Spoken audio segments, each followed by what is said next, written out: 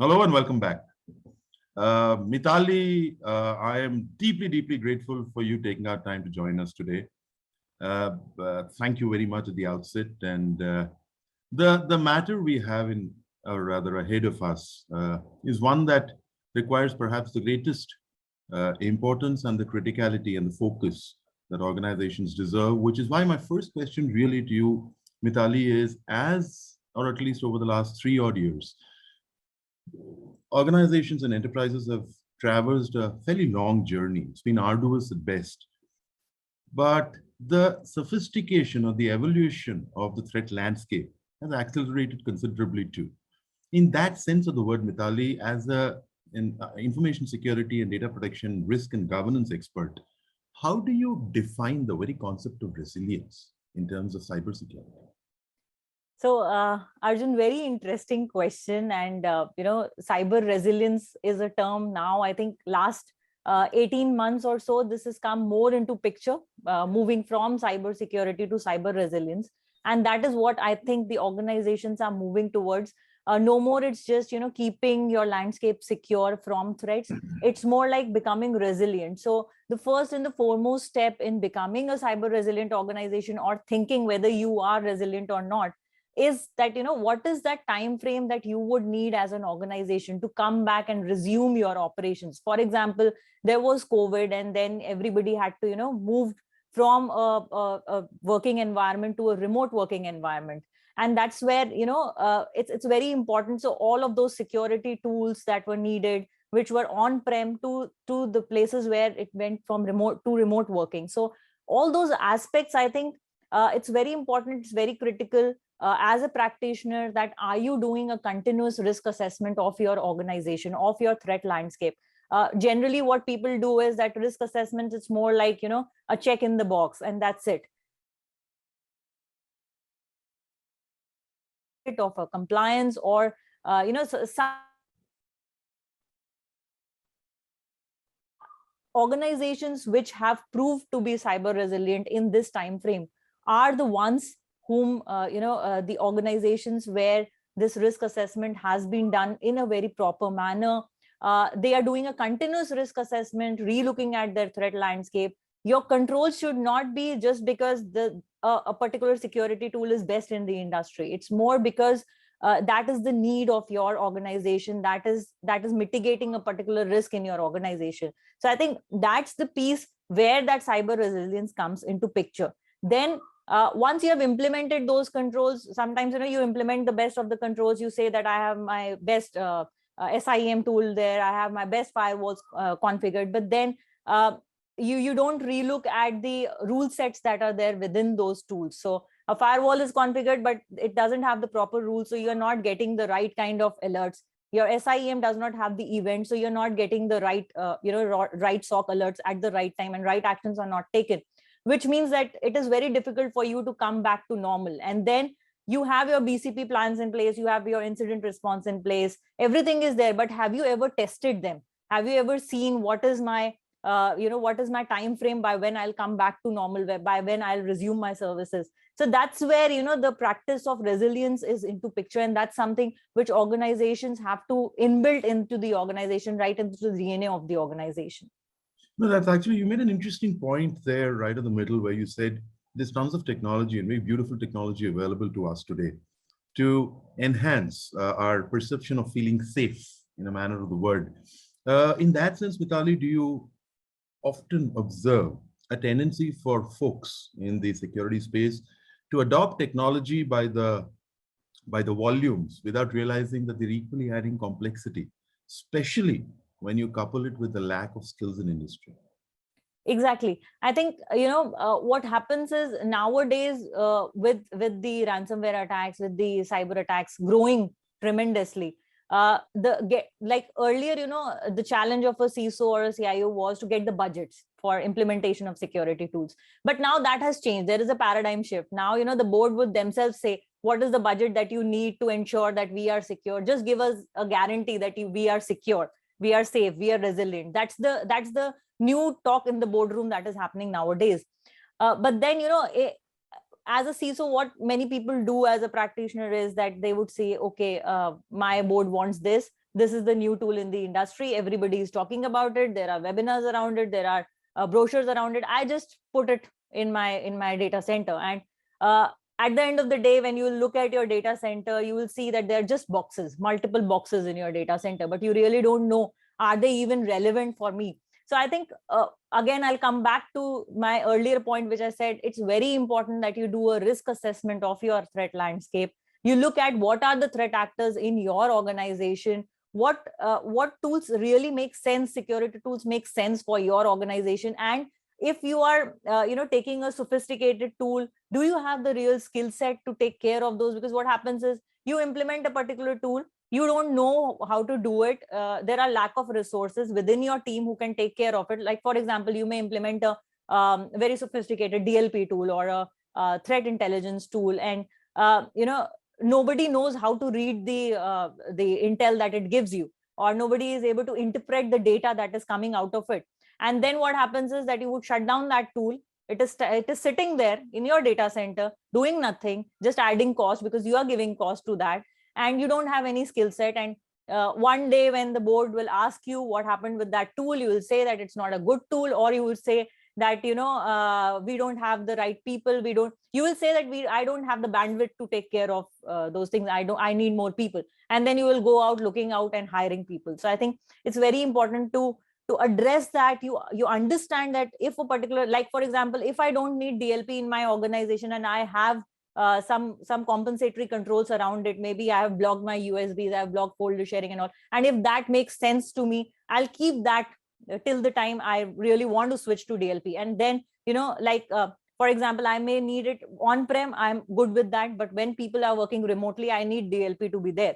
So I think I'll configure it according to the need of my organization, and not because it is the in thing in the market.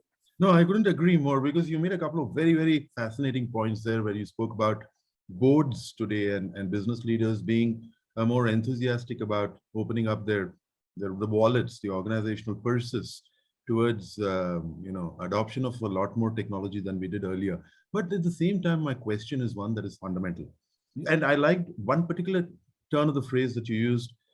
Please make sure you have all the right tools to make us secure. Board conversations, have they evolved apart from asking CISOs and data protection officers whether we are safe enough, to more evolved metrics that could be monitored?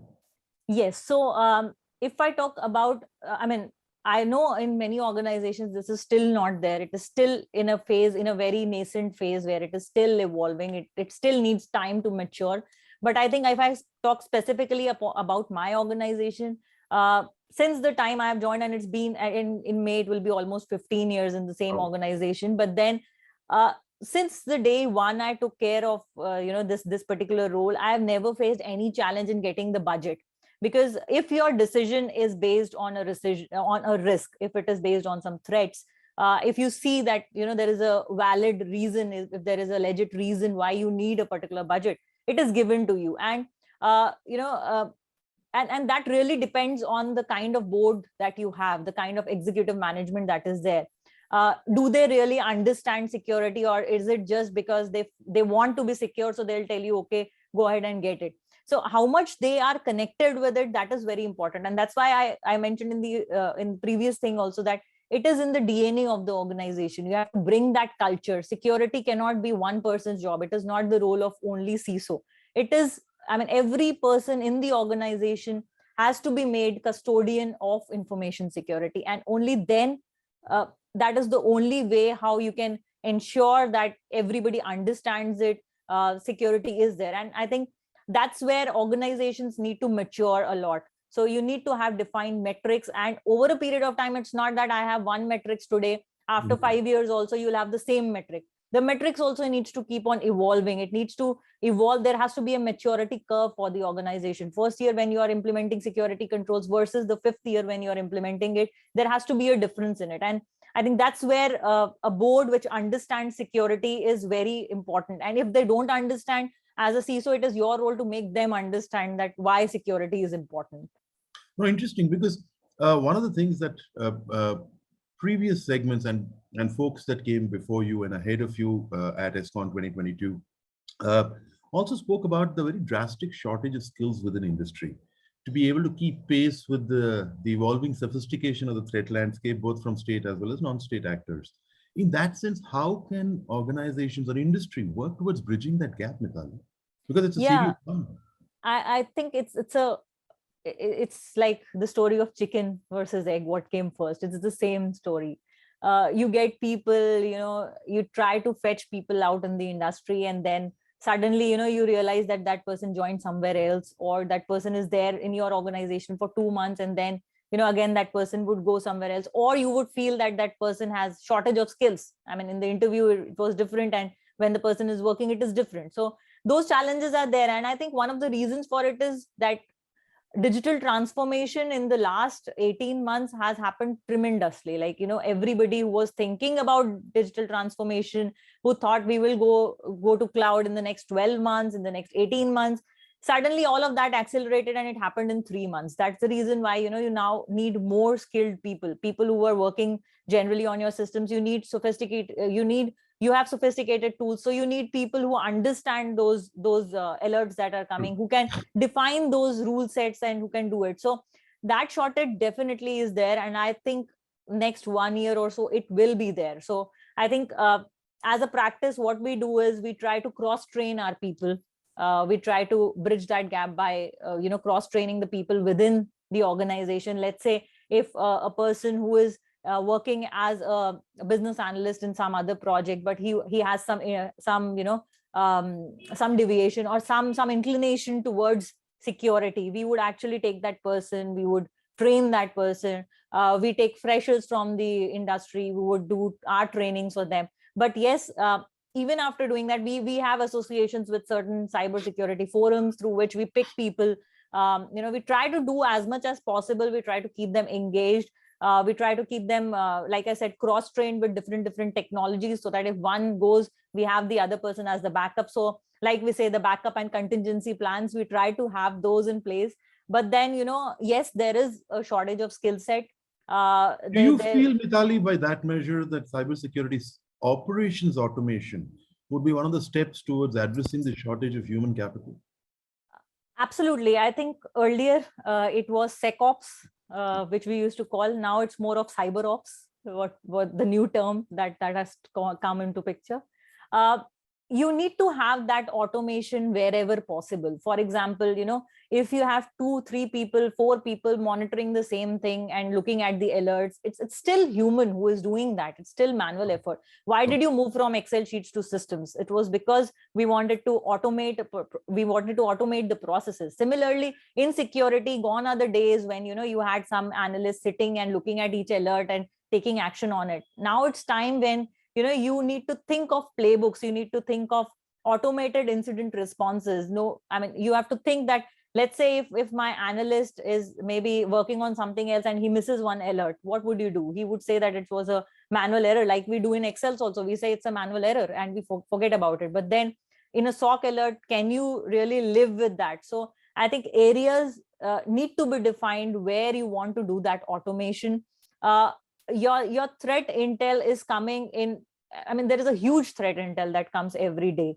So you need to have those AI ML in place to understand those threat intel and to interpret it with the environment that you are in, your threat environment. So it needs to correlate with the environment that you are in, and accordingly your actions need to be planned. So if that automation and people, they are brought together, I think some people feel that if I'll do my cyber security operations, if that is automated, then probably my people will not be there, or there'll be a threat to the people who are working on it. It's not that. Technology is always there to help, to support.